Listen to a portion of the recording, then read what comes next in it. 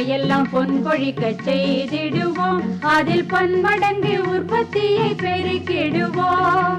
பண்ணையெல்லாம் பொன் கொழிக்க செய்திடுவோம், அதில் பன்மடங்கு உற்பத்தியை பெருக்கிடுவோம். உழவர் உலகம். கண்மணி பொல்லல் மணியை வளர்த்திடவே நாடும் கருத்துரைக்கும் ஒளிபரப்பை கேட்டிடுவோம். கண்மணி பொல்லல் மணியை வளர்த்திடவே நாடும் கருத்துரைக்கும் ஒளிபரப்பை கேட்டிடுவோம்.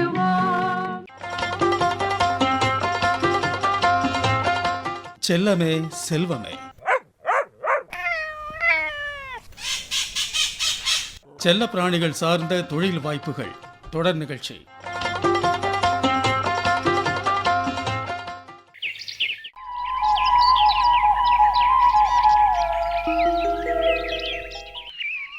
பட்டக்கா, பட்டக்கா, வீட்ல இருக்கீங்களா?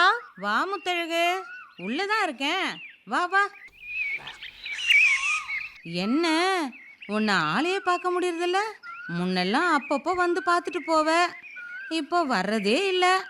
அப்படிலாம் இல்லைக்கா, எனக்கு என்ன, எப்போதும் வீட்டில் தான் வேலை, அதுவே நேரம் சரியாக இருக்குது.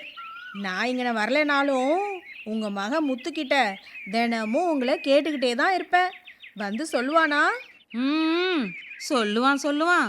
அவன்தான் பள்ளிக்கூடம் விட்டதுமே புத்தக பைய கழட்டி போட்டுட்டு உன் பையனை பார்க்கத்தான் நேரம் உங்கள் வீட்டுக்குள்ளே வந்துடுறான்.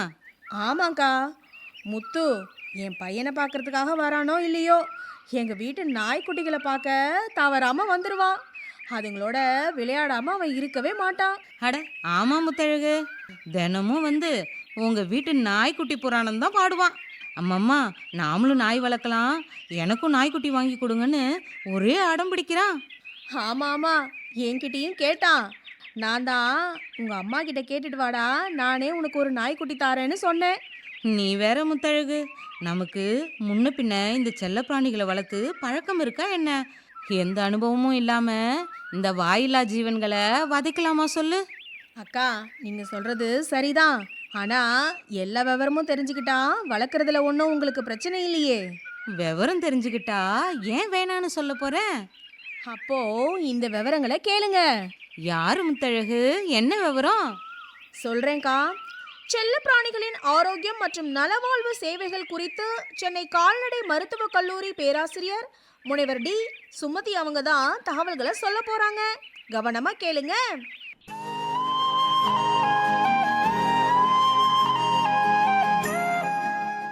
செல்லப்பிராணிகள் பொறுத்த வரைக்கும் பார்த்திங்கன்னா நம்ம வந்து முக்கியமாக நாய் மற்றும் பூனைகள் பற்றி தான் அதிகம் நம்ம வந்து பேசுவோம். இப்போ செல்லப்பிராணிகளில் நாய் அப்படின்னு எடுத்துக்கிட்டிங்கன்னா, நாய்கள் வந்து பல்வேறு வகையான நாய்கள் இருக்குது. இப்போ வந்து முடி வந்து குறைவாக உள்ள நாய் இருக்குது, முடி நீளம் உள்ள நாய் இருக்குது, நெட்டையான நாய் இருக்குது, குட்டையான நாய் இருக்குது. இந்த மாதிரி நிறைய நாய் வகைகள் வந்து நமக்கு இருக்குது. சொல்லப்போனால் இப்போ பார்த்திங்கன்னா முடி ஜாஸ்தி உள்ள நாய் அப்படி பார்த்திங்கன்னா ஷிட்ஸோ, கோல்டன் ரெட்ரீவர், அந்த மாதிரி நாய் இனங்கள் வந்து முடி ஜாஸ்தியாக உள்ளது இருக்குது. முடி குறைவாக உள்ள நாய்கள் பார்த்திங்கன்னா டாபர்மேனு, டேஷண்டு, இந்த மாதிரி நாய்கள் இருக்குது. இதுக்கு வந்து நிறைய பராமரிப்புகள் தேவைப்படும். பூனைகளில் பார்த்திங்கன்னா பர்ஷியன், இப்போ நிறைய பேர் வந்து பர்ஷியன் பூனைகள் வளர்க்குறோம். அதுக்கு வந்து முடிகள் வந்து ஜாஸ்தியாக இருக்கும். இதே மாதிரி நம்ம வழக்கமாக பார்க்குற பூனைகள், தோட்டத்திலேயே நம்ம பார்க்குற பூனைகள் இருக்கும், அதையும் நம்ம வந்து செல்லப்பிராணிகளில் நம்ம வளர்த்துட்ருக்கோம். அதுங்களுக்கு வந்து பராமரிப்பு வந்து ஓரளவுக்கு சுமாராக தான் இருக்கும். இப்போ பார்த்திங்கன்னா நாய்கள் பூனைகள் அப்படின்னு நம்ம வளர்க்கும்போது பார்த்திங்கன்னா நம்ம வந்து தடுப்பூசி வந்து போடுறது வந்து மிக அவசியம்.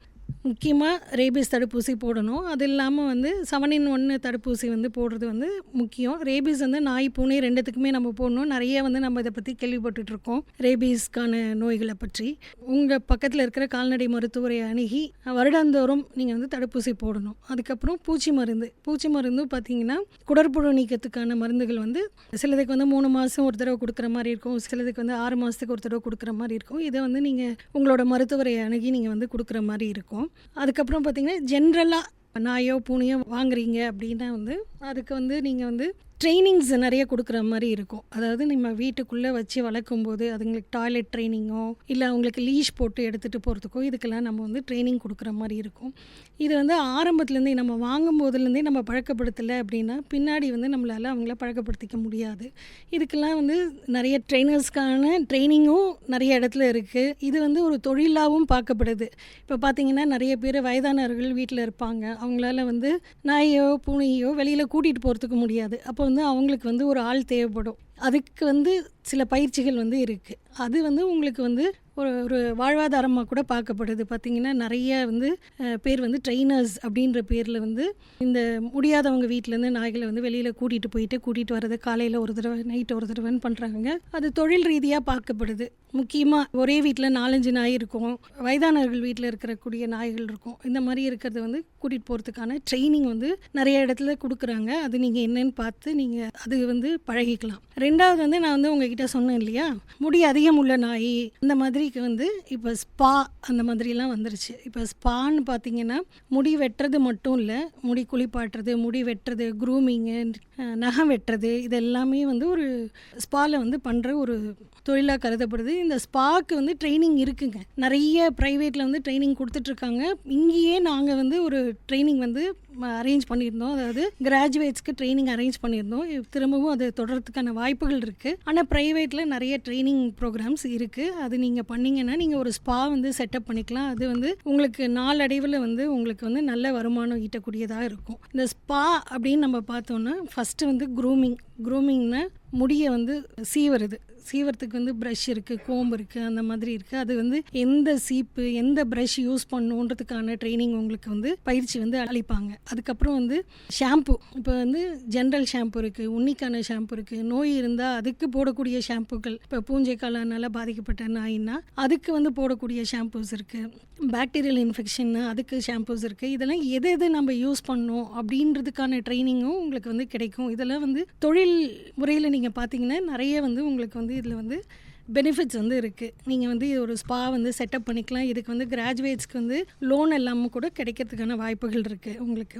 இன்னொன்று, இப்போ நம்ம வந்து க்ரூமிங் பண்ணுறது வந்து கரெக்டான முறையில் நம்ம பயிற்சி எடுத்து பண்ணலன்னு வச்சுக்கோங்க, நிறைய பிரச்சனைகள் வரும். இப்போ வந்து பார்த்திங்கன்னா கண்ணுக்கு பக்கத்தில் நம்ம வந்து ட்ரிம்மரையோ பிளேடையோ நம்ம யூஸ் பண்ண முடியாது. அப்போ வந்து அதுக்கு நான் எப்படி பண்ணணும் அப்படின்றது வந்து உங்களுக்கு பயிற்சி முறையில் சொல்லி தருவாங்க. இப்போ நம்ம குளிப்பாட்டினதுக்கப்புறம் நம்ம வந்து அதை வந்து நம்ம காய வைக்கணும் அப்படின்னா வந்து நம்ம டவல் இருக்குது, அதுக்கு என்ன டவல் யூஸ் பண்ணணும், என்ன ட்ரையர் யூஸ் பண்ணணும், ட்ரையரோட சூடு எவ்வளோ வைக்கணும், இது எல்லாமே வந்து உங்களுக்கு வந்து தெரிஞ்சுக்கிறதுக்கான வாய்ப்புகள் வந்து இந்த ட்ரைனிங்கில் வந்து உங்களுக்கு கிடைக்கும்.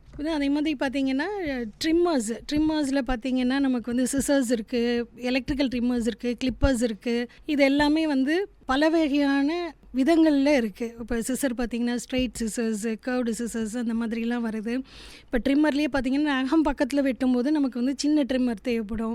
இதே வந்து உடம்புல யூஸ் பண்ணும்போது நமக்கு பெரிய ட்ரிம்மர் தேவைப்படும். சில நாய்களோட முடிகள் வந்து ரொம்ப திக்காக இருக்கும். பார்த்திங்கன்னா இப்போ சைபீரியன் ஹஸ்கி இதிலெல்லாம் பார்த்திங்கன்னா முடி வந்து ரொம்ப திக்காக இருக்கும். அப்போ வந்து நம்ம வந்து ரெகுலராக யூஸ் பண்ணுற ட்ரிம்மர் நம்ம யூஸ் பண்ண முடியாது. அதுக்கு தகுந்த ட்ரிம்மர் வந்து நம்ம யூஸ் பண்ணுற மாதிரி இருக்கும். அதோட ட்ரிம்மரோட வேகம் எப்படி போடுறது, அந்த ட்ரிம்மர் நம்ம யூஸ் பண்ணும்போது காயம் ஆயிடுச்சுன்னா அதை எப்படி சரிப்படுத்திக்கிறது, இது எல்லாமே வந்து நமக்கு தெரியணும். இப்போ வந்து நான் வந்து உங்ககிட்ட சொன்னேன் இல்லையா, ஷாம்பு அப்படின்னு சொன்னேன். ஷாம்புவில் வந்து நம்ம நிறைய பேசணும் இல்லையா, உண்ணி சார்ந்த ஷாம்பு, பூஞ்சை காளானுக்கான ஷாம்பு, இதை பற்றிலாம் நம்ம பேசினோம். இது வந்து நீங்களாக அதை பயன்படுத்த முடியாது. நீங்கள் வந்து ஒரு கால்நடை மருத்துவர்கிட்ட நீங்கள் வந்து ஒரு அணுகி இப்போ இந்த மாதிரி இருக்குது, இவங்களுக்கு என்ன போடலாம் அப்படின்றத கேட்டுட்டு அதுக்கப்புறம் நம்ம வந்து பயன்படுத்தணும்.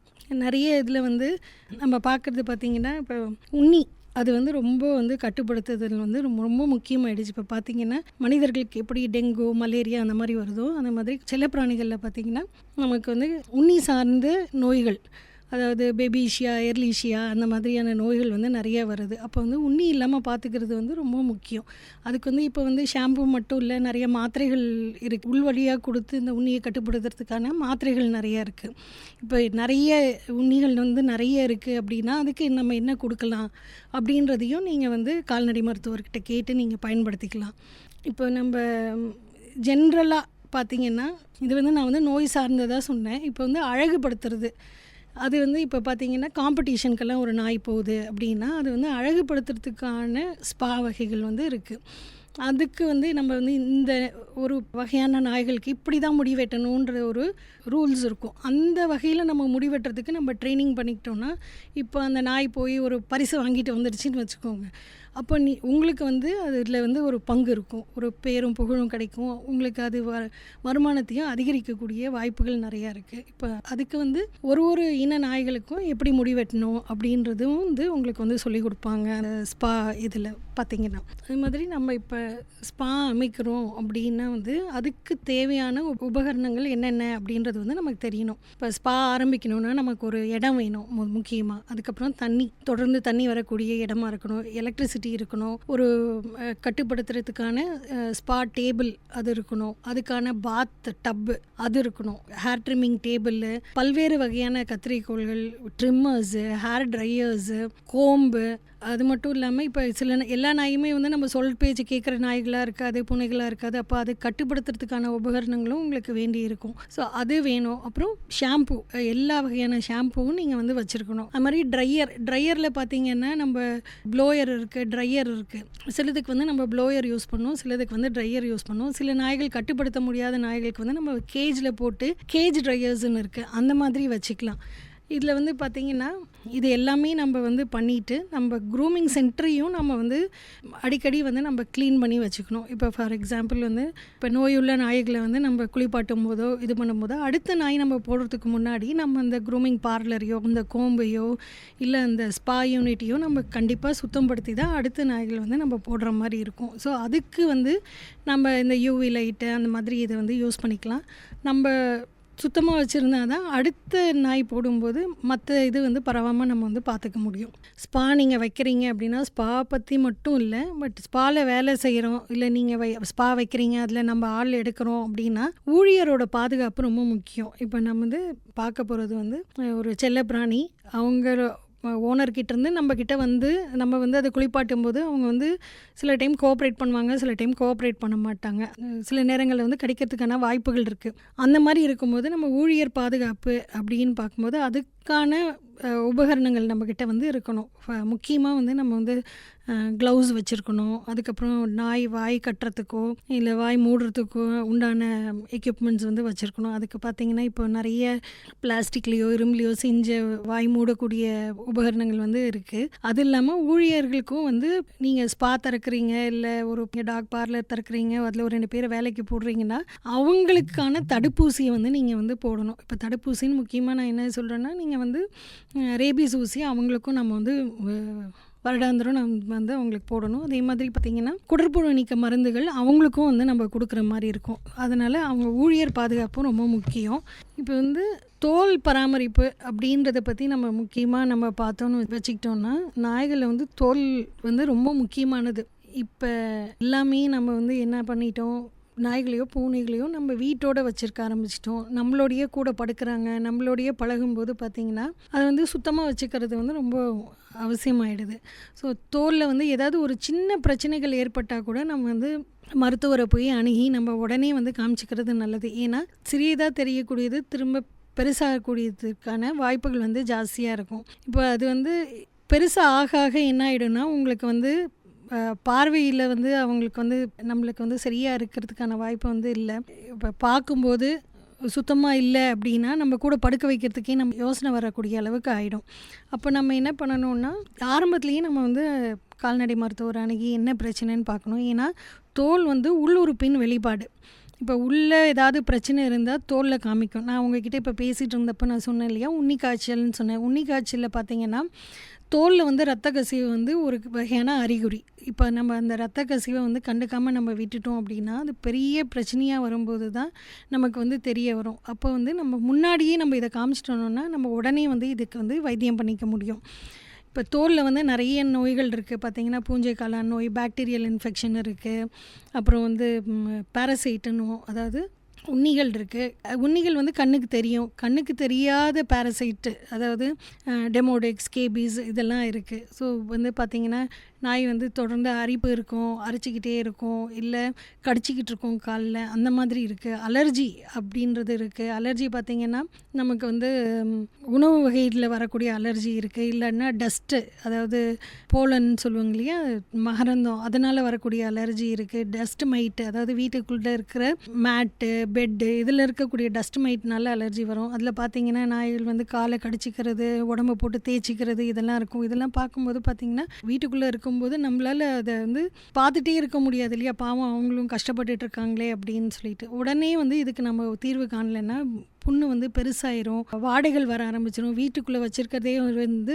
கஷ்டமாகறதுக்கான வாய்ப்புகள் இருக்குது. இப்போ முடி நிறைய இருக்க நாய்க்கு வந்து நம்ம சில டைம் வந்து முடியை வெட்டிட்டு வைத்தியம் பார்க்குற மாதிரி இருக்கும், ட்ரிம் பண்ணி பண்ணுற மாதிரி இருக்கும், மேலே பூசுகிற மருந்துகள் கொடுக்குற மாதிரி இருக்கும். இப்போ பாக்டீரியல் இன்ஃபெக்ஷனாக நம்ம ஆன்டிபயோட்டிக் கொடுக்குற மாதிரி இருக்கும். இப்போ பூஞ்சைக்காலனால் வரக்கூடிய நோய்கள்னால் நம்ம வந்து அதுக்கான ஆன்டிஃபங்கல்னு சொல்லுவோம், அது கொடுக்குற மாதிரி இருக்கும். இப்போ சில தோல் பிரச்சனைகள் வந்து நமக்குமே வரக்கூடிய தோல் பிரச்சனைகள் சிலது இருக்குது. இப்போ பார்த்திங்கன்னா ஸ்கேபீஸ்ன்னு சொல்லுவோம், அது வந்து நம்ம வைத்தியம் பண்ணலைன்னா நம்மளுக்கே வந்து அது வரக்கூடிய வாய்ப்புகள் வந்து இருக்குது. அதில் பார்த்திங்கன்னா தீவிரமாக அரிப்பு ஏற்படும், நாய்க்கோ பூனைக்கோ வந்து அரிப்பு ஏற்படும். அது வந்து நம்ம கூடவே வச்சுருக்கும் போது பார்த்திங்கன்னா நம்மளுக்கே வரக்கூடிய வாய்ப்புகள் வந்து இருக்குது. அதனால் அந்த மாதிரி அறிகுறிகள் இருக்கும்போதே நம்ம போய் வைத்தியம் பார்த்துக்கிட்டோன்னா நம்மளால் அதை அந்த மாதிரி நோய்களை வந்து நம்மளால் கட்டுப்படுத்த முடியும். உண்ணிகளை பொறுத்த வரைக்கும் பார்த்திங்கன்னா கையில் எடுத்து கீழே போடாதீங்க. கையில் எடுத்து கீழே போடுறீங்க அப்படின்னா அதுலேருந்து நூற்றுக்கணக்கான உண்ணிகள் வரதுக்கான வாய்ப்பு இருக்குது. முடிஞ்ச வரைக்கும் பார்த்திங்கன்னா கையில் எடுக்கிறீங்க அப்படின்னா நம்ம வந்து அதை வந்து நல்ல எரியிற நெருப்பில் நம்ம போட்டு விட்டோம்னா அது வந்து இறந்துடும். ஆனால் நீங்கள் தயவு செஞ்சு நசுக்கிறதோ இல்லை வந்து கீழே தூக்கி போடுறதோ பண்ணாதீங்க. இப்போ உண்ணிகள் வந்து மேலே இருக்கிற மாதிரியே தான் வீட்டுக்குள்ளேயும் இருக்கும். நீங்கள் ராத்திரி நேரத்தில் பார்த்தீங்கன்னா உண்ணிகள் வந்து வெளியில் வந்து நம்ம நாய்கள் மேலே ஏறும். அது வந்து நமக்கு வந்து பகல் நேரத்தில் நம்ம கண்ணுக்கு தெரியாது. அதனால் நாய்களை நம்ம வந்து நாய்களையோ பூனைகளையோ நம்ம வைத்தியம் பார்க்கும்போது நம்மளோட என்விரான்மெண்ட்டுன்றோம் இல்லையா, நம்ம வீட்டுக்குள்ளேயும் நம்ம வந்து சில டைம் ட்ரீட்மெண்ட் பண்ணுற மாதிரி இருக்கும், வீடையும் நம்ம வந்து சுத்தப்படுத்துகிற மாதிரி இருக்கும். அதையும் வந்து நீங்கள் கால்நடை மருத்துவரின் ஆலோசனைப்படி நீங்கள் வந்து செஞ்சுக்கிறது நல்லது. அதுக்கப்புறம் பார்த்திங்கன்னா உணவு பழக்கங்களில் சிலதெல்லாம் வந்து நம்ம வந்து இப்போ உணவுனால் வரக்கூடிய அலர்ஜினா அந்த உணவை வந்து நம்ம கட்டுப்படுத்துறதுக்கான சில உத்திகள் வந்து கையாளணும். இப்போ சில நாய்க்கு பார்த்திங்கன்னா சிக்கன் வந்து அலர்ஜியாக இருக்கும், சில நாய்களுக்கு பார்த்திங்கன்னா ஃபிஷ் அலர்ஜி வரும். இப்போ சில நாய்களுக்கு பார்த்திங்கன்னா நம்ம கொடுக்கக்கூடிய சில உணவில் வந்து அலர்ஜி வரும். அந்த மாதிரி இருக்குன்னா அந்த உணவுகளை வந்து நிப்பாட்டணும். இப்போ அது வந்து நிப்பாட்டுறதுக்கு வந்து நம்ம வந்து கால்நடை மருத்துவரை தான் நம்ம கேட்கணும், எதெல்லாம் கொடுக்கலாம் கொடுக்கக்கூடாதுன்னு. இப்போ பார்த்திங்கன்னா உணவு பழக்கங்கள்லேயே சிலது வந்து தவிர்க்கக்கூடியது, அதாவது செல்லப்பிராணிகளுக்கு கொடுக்கக்கூடாத சில உணவுகள் இருக்குது. அதில் முக்கியமாக பார்த்திங்கன்னா சாக்லேட்டை நம்ம வந்து கொடுக்கவே கூடாது. அதே மாதிரி பார்த்திங்கன்னா திராட்சை, அது வந்து உலர் திராட்சையோ திராட்சை வகைகள் வந்து நம்ம வந்து கொடுக்கவே கூடாது. அது மாதிரி பார்த்தீங்கன்னா ஸ்வீட்னஸ்னால் நம்ம டயபெட்டிஸ்காரங்க சாப்பிட்றோம் இல்லையா, அதெல்லாம் வந்து ஆர்டிஃபிஷியல் ஸ்வீட்னஸ்ஸு அது வந்து நான் வந்து கொடுக்கக்கூடாது. சில நாய்க்கு வந்து கடலை மிட்டாய் வந்து அலர்ஜியாக இருக்கும். இப்போ அது எது அலர்ஜியாக இருக்குன்றது வந்து நமக்கு தெரிஞ்சு நம்ம வந்து அதை வந்து நம்ம வந்து பார்த்து டிஸ்கஸ் பண்ணி தான் நம்ம கொடுக்குற மாதிரி இருக்கும். ஓரளவுக்கு உங்களுக்கு வந்து ஸ்பா வைக்கிறது எப்படி, நாய் பூனைகளை எப்படி பராமரிக்கிறது அப்படின்றது உங்களுக்கு வந்து ஓரளவுக்கு விலக்கி இருக்கும். இங்கே வந்து என்ன பண்ணுங்கள், இதை கேட்டு இதுக்கு தகுந்த மாதிரி நீங்கள் வந்து செயல்படுத்தினீங்கன்னா இது வந்து உங்களுக்கு ப்ராஃபிட்டபுளாக இருக்கும். உங்களுக்கு இது சம்மந்தமாக ஏதாவது உங்களுக்கு தொடர்பு கொள்ளணும் அப்படின்னீங்கன்னா நீங்கள் வந்து சென்னை கால்நடை மருத்துவக் கல்லூரியில் நீங்கள் எக்ஸ்டென்ஷன் டிபார்ட்மெண்ட்டுன்னு இருக்காங்க, அவங்கள அணுகுனீங்கன்னா அவங்க வந்து உங்களுக்கு ஸ்பா வைக்கிறது, அதோட மாடல்ஸு அதெல்லாம் வந்து உங்களுக்கு சொல்லுவாங்க.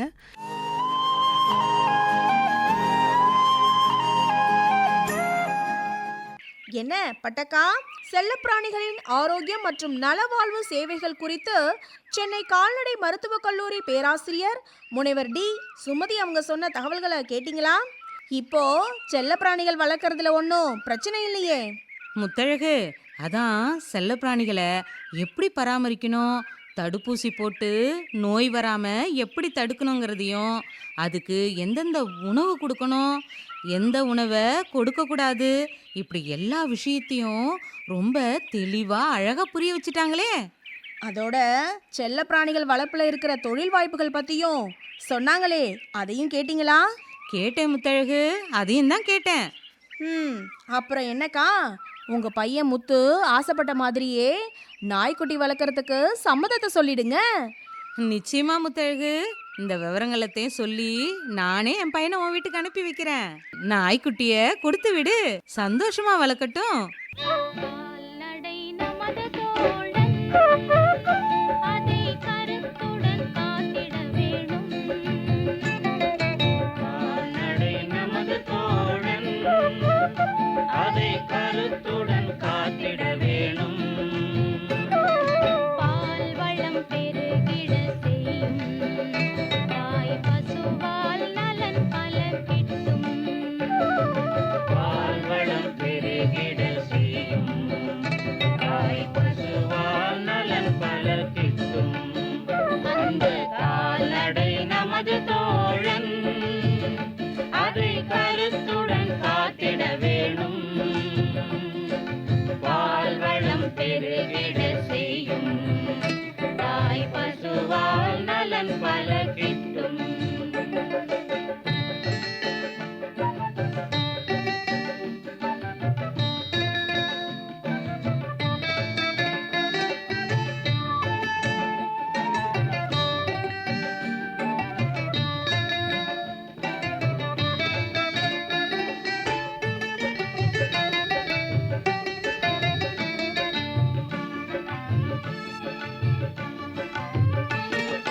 நாட்டில் நடமாடும் செல்வம், அவை நம் வறுமையை என்றும் வெல்லும்.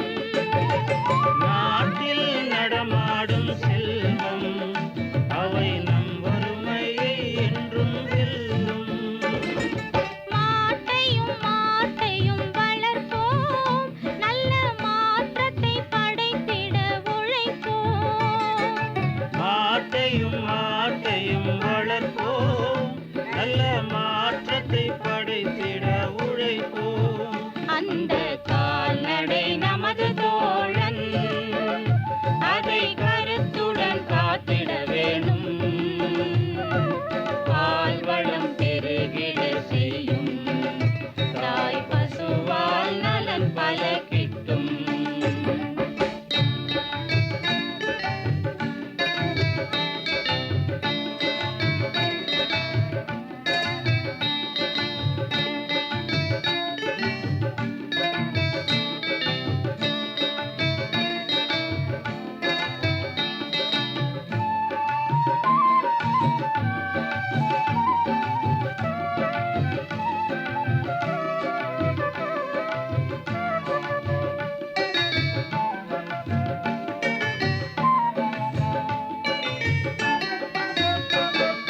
நூற்றுக்கு நூறு நன்மை கால்நடைகளில் கிடைப்பது உண்மை.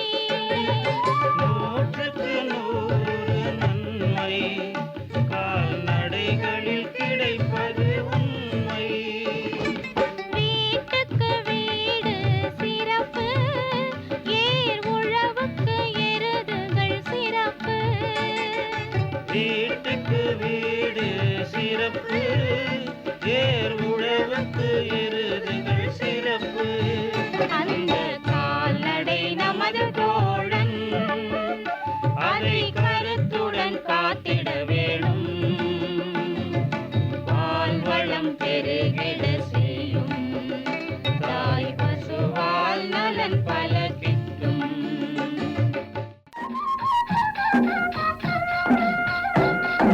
அடுத்து வருவது வேளாண் செய்திகள்.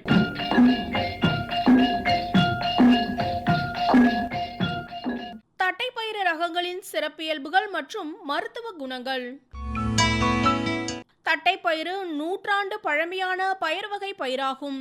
இப்பயிர் முதலில் ஆப்பிரிக்க கண்டத்தில் தோன்றி பின் அமெரிக்கா மற்றும் ஆசிய கண்டத்திற்கு பரவிய வெப்பமண்டல ஓராண்டு பயிராகும். ஆப்பிரிக்கா போன்ற வளரும் நாடுகளில் தட்டைப்பயிரிலிருந்து கிடைக்கும் புரதச்சத்து மற்றும் பிற சத்துக்கள் சத்து குறைபாட்டினால் ஏற்படும் நோய்களை குறைக்கும் முக்கிய பயிராக விளங்குகிறது. வளரும் நாடுகளில் தட்டைப்பயிறு உணவு தானிய உற்பத்தியிலும் மக்களின் ஆரோக்கியத்தை பேணுவதிலும் முக்கிய பங்கு வகிக்கிறது.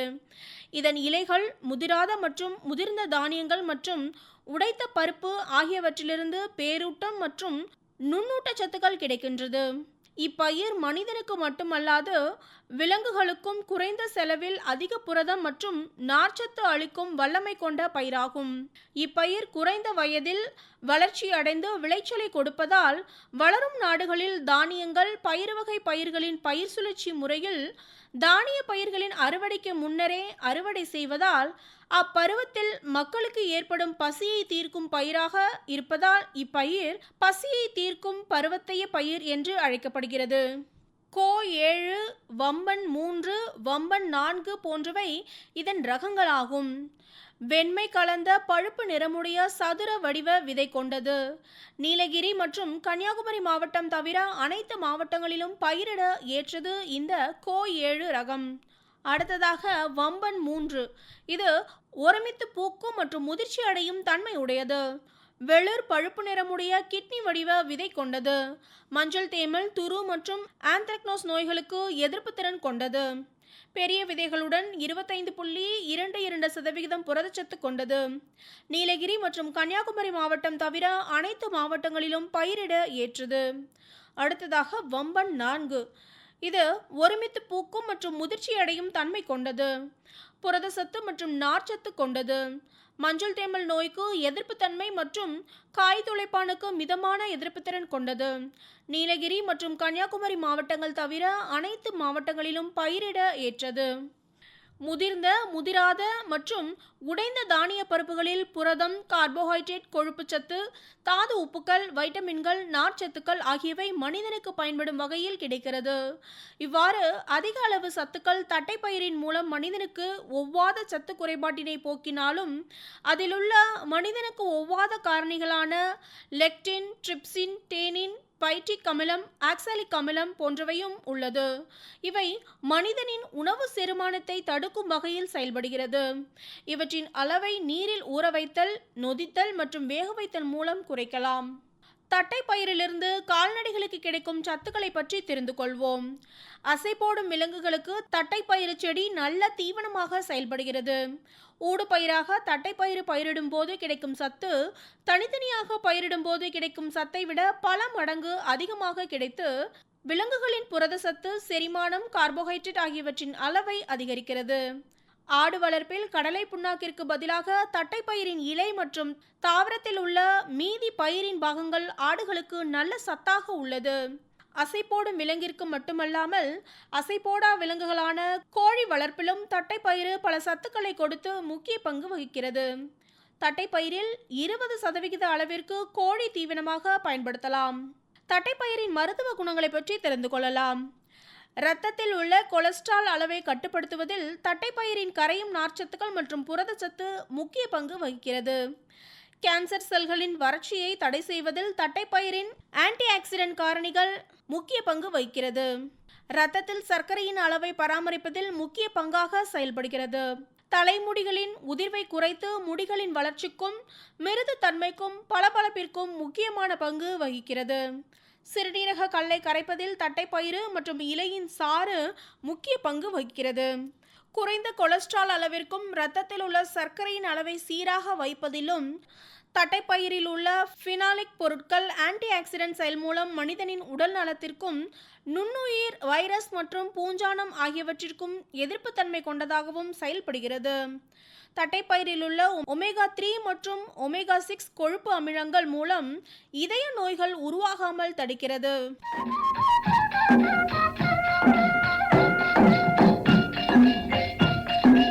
இதுவரை வேளாண் செய்திகள் கேட்டீர்கள்.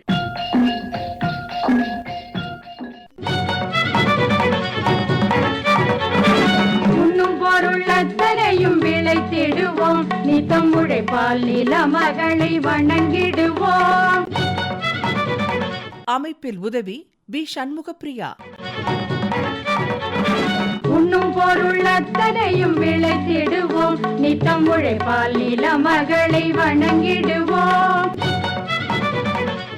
அமைப்பு எஸ். முருகேசன். பொட்டலையும் பூம்பொழிலாய் திருத்திடுவோம், அதற்கு புத்தம் புது முறைகளையும் புகுத்திடுவோம். பொட்டலையும் பூம்பொழிலாய் திருத்திடுவோம், அதற்கு புத்தம் புது முறைகளையும் புகுத்திடுவோம். இத்துடன் இன்றைய உழவர் உலகம் நிகழ்ச்சி நிறைவு பெறுகிறது. பட்டி தொட்டி சொர்க்கமாக பாடுபட்டே நம் பாரத சமுதாயத்தை உயர்த்திடுவோம். பட்டி தொட்டி சொர்க்கமாக அப்போது கூட இவள்தான் உன்னுடைய